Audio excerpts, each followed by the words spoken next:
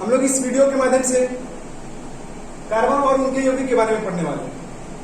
जैसे कि आप लोग जानते होंगे कि पृथ्वी पर कार्बन की प्रतिशत मात्रा है 0.02% पाया जाता है पृथ्वी पर। वही पूछ दिया कह दिया जाए कि वायुमंडल में कार्बन कितने परसेंट पाया जाता है, वायु के कार्बन डाइऑक्साइड के रूप में कितने परसेंट पाया जाता है, तो कहेंगे 0.03% पाया जाता है। और हम लोगों से पूछ दिया जाए कि कार्बन हम लोग कितने परसेंट ग्रहण करते हैं, लेते हैं, तो 0.03% हम लोग क्या करते हैं, कार्बन लेते हैं, यानी कार्बन डाइऑक्साइड लेते हैं, और छोड़ते हैं कितना, तो 4% कार्बन डाइऑक्साइड हम लोग छोड़ते हैं, ठीक ना। और ऑक्सीजन कितना लेते हैं हम लोग, तो 21% लेते हैं। कितना परसेंट लेते हैं, 21% लेते हैं। और वायुमंडल में भी 21% पाया जाता है। और ऑक्सीजन छोड़ते कितना है, तो 17% छोड़ते हैं, ठीक ना। चलिए अब हम लोग कार्बन के बारे में पढ़ते हैं। तो देखिए सबसे पहले सन 1815 ईस्वी में बर्जीलियस नामक वैज्ञानिक का कहना था, सन 1815 ईस्वी में बर्जीलियस नामक वैज्ञानिक ने एक सिद्धांत दिया जिसे जीवन शक्ति सिद्धांत के नाम से जाना जाता था। उनके सिद्धांत को उन्होंने कहा कि जो कार्बनिक यौगिकों का निर्माण केवल ईश्वरीय शक्ति के द्वारा ही किया जा सकता है, अर्थात कार्बनिक यौगिकों का निर्माण केवल जीवों के द्वारा ही संभव है और इसे प्रयोगशाला में बनाया नहीं जा सकता है। अर्थात कहने का मतलब यह है कि बर्जीलियस नामक वैज्ञानिक ने 1815 ईस्वी में यह बताया कि कार्बनिक यौगिकों का निर्माण केवल ईश्वरीय शक्ति द्वारा किया जा सकता है, अर्थात केवल जीवों के द्वारा ही संभव है, इसे प्रयोगशाला में बनाया नहीं जा सकता है। लेकिन बर्जीलियस के शिष्य ओहलर ने बर्जीलियस के शिष्य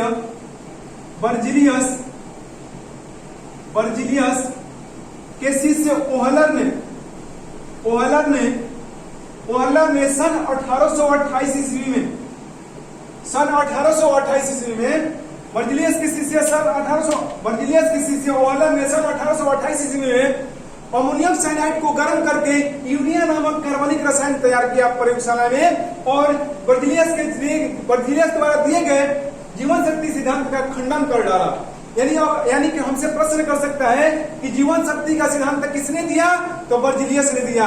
कब दिया, 1815 ईस्वी में। बर्जीलियस के जीवन शक्ति का सिद्धांत कब किया गया, 1828 ईस्वी में। बर्जीलियस के जीवन शक्ति के सिद्धांत का खंडन कब किया गया, 1828 ईस्वी में। किसने किया, ओहलर ने किया। ओहलर कौन था, बर्जीलियस के शिष्य था, ठीक ना। कोई दिक्कत है। और हमसे पूछा जाएगा कि अमोनियम साइनाइड का प्रयोगशाला में सबसे पहले अमोनियम साइनाइड को गर्म करके मतलब प्रयोगशाला में सबसे पहले क्या बनाया गया हो, यानी कार्बनिक कौन कार्बनिक रसायन बनाया गया, यूरिया बनाया गया। क्या बनाया गया, यूरिया बनाया गया। क्या बनाया गया, यूरिया बनाया गया। और कब बनाया गया, तो 1828 ईस्वी में बनाया गया। और हम लोगों से पूछा जा सकता है कि सर्वप्रथम प्रयोगशाला में कार्बनिक यौगिकों को कब बनाया गया, तो 1828 ईस्वी में। और पूछा जा सकता है कि प्रयोगशाला में तैयार होने वाला पहला कार्बनिक यौगिक कौन है, तो कहेंगे यूरिया है। क्या है, यूरिया है। चलिए बिना विलंब किए आगे बढ़ते हुए अब हम आते हैं कार्बनिक रसायन किसे कहते हैं। आता है कार्बनिक रसायन किसे कहते हैं, तो हम लोग कहेंगे कार्बनिक रसायन शास्त्र का वह शाखा है जिसके अंतर्गत कार्बन और उनके यौगिकों के बारे में अध्ययन किया जाता है। उसे क्या कहते हैं, कार्बनिक रसायन कहते हैं। यानी कि कार्बनिक रसायन के अंतर्गत केवल हम लोग कार्बन और उनके यौगिकों से हम लोग क्या करेंगे, अध्ययन करेंगे, जिस कार्बनिक रसायन शास्त्र के अंतर्गत।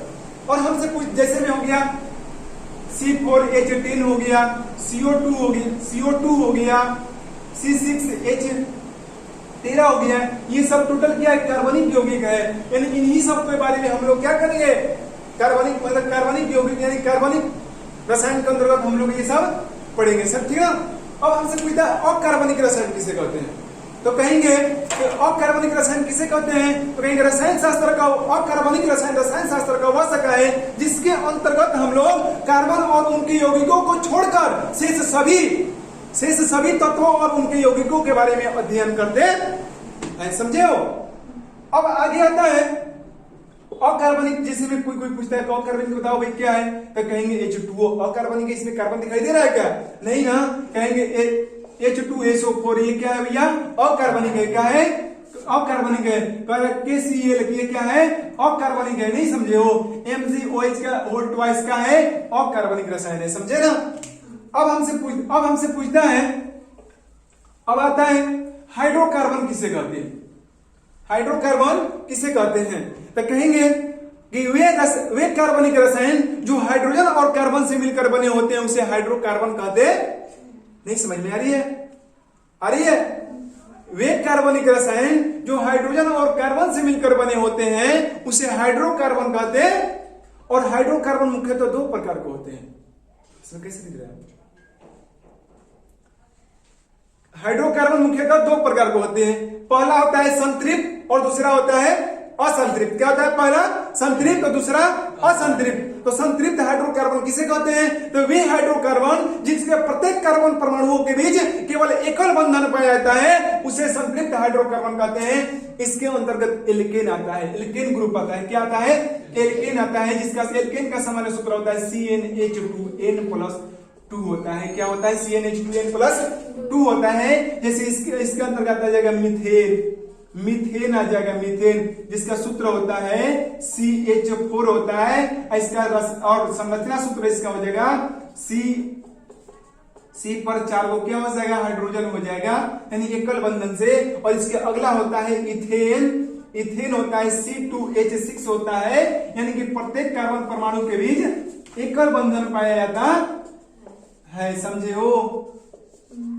यानी कि एकल बंधन है ना, इसके बीच में सबके बीच एकल बंधन है। और असंतृप्त हाइड्रोकार्बन किसे कहते हैं? तो कहेंगे वे हाइड्रोकार्बन जिसके किन्हीं दो परमाणुओं कार्बन परमाणुओं के बीच, कहेंगे वे हाइड्रोकार्बन यानी असंतृप्त हाइड्रोकार्बन पूछेगा तो कहेंगे वे हाइड्रोकार्बन जिनके किन्हीं दो कार्बन परमाणुओं के बीच द्विबंधन या त्रिबंधन पाया जाता है उसे असंतृप्त हाइड्रोकार्बन कहते हैं। समझ में नहीं आ रही है ना? आ रही है समझ में? इसके अंतर्गत क्या क्या आता है? तो एल्कीन और एल्काइन के समूह आते हैं। समझे हो? अब आते हैं हम लोग,